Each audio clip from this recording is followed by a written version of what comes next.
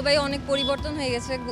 মানে আমরা যে ৬টা সিজন পাচ্ছি না, দেখা যায় যে অর্ধেক সময়ই গরম থাকে, শীতকালেও দেখা যায় যে গরমই বেশি। আর আমাদের এখানে ঢাকাতে এখন পাখি কমে গেছে, তো আমরা চাচ্ছিলাম যে আমরা ফল গাছ লাগাবো যাতে আমাদের এখানে পাখির আনাগোনা বেড়ে যায়।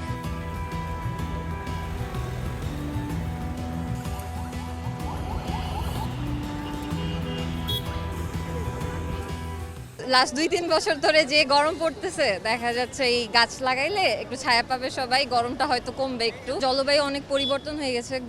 মানে আমরা যে ৬টা সিজন পাচ্ছি না, দেখা যায় যে অর্ধেক সময়ই গরম থাকে, শীতকালেও দেখা যায় যে গরমই বেশি।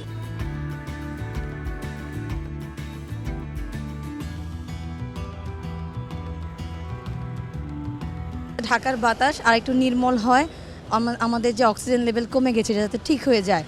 আর আমাদের এখানে ঢাকাতে এখন পাখি কমে গেছে, তো আমরা চাচ্ছিলাম যে আমরা ফল গাছ লাগাবো যাতে আমাদের এখানে পাখির আনাগোনা বেড়ে যায়। আর আমরা সবাই দেখতেই পাচ্ছি যে রাস্তার উপরগুলো এখনও ফাঁকা। সরকার অনেক বড় মূল্যের একটা বাজেট নেয়, কিন্তু সেই পরিমাণে রাস্তার যত্ন নেয় না।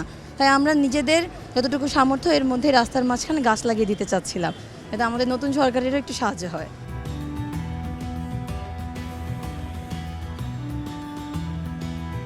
এই পরিবেশটাকে সবুজ করা, ঠিক আছে, যাতে আমরা একটা বিশুদ্ধ বাতাস নিতে পারি, অক্সিজেনের পরিমাণটা যাতে আমরা বেশি করে পাই, এই জন্যই আর কি গাছটা লাগানো হচ্ছে। হ্যাঁ, আমরা প্রায় আজকে 200 গাছ লাগাবো এই পরিকল্পনা নিয়ে আর কি আমরা এখানে এসেছি।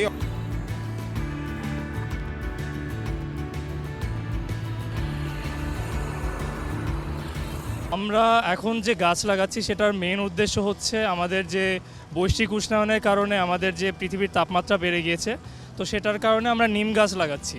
আমরা জানি যে নিম গাছ হচ্ছে বাংলাদেশে যে গাছগুলো আছে, বট গাছ এবং নিম গাছ সবচেয়ে বেশি অক্সিজেন দেয়। এছাড়া আমরা ফুল গাছও লাগাবো সৌন্দর্যের বৃদ্ধির জন্য, বাট আমরা নিম গাছ দিয়ে আজকে আমরা স্টার্ট করেছি।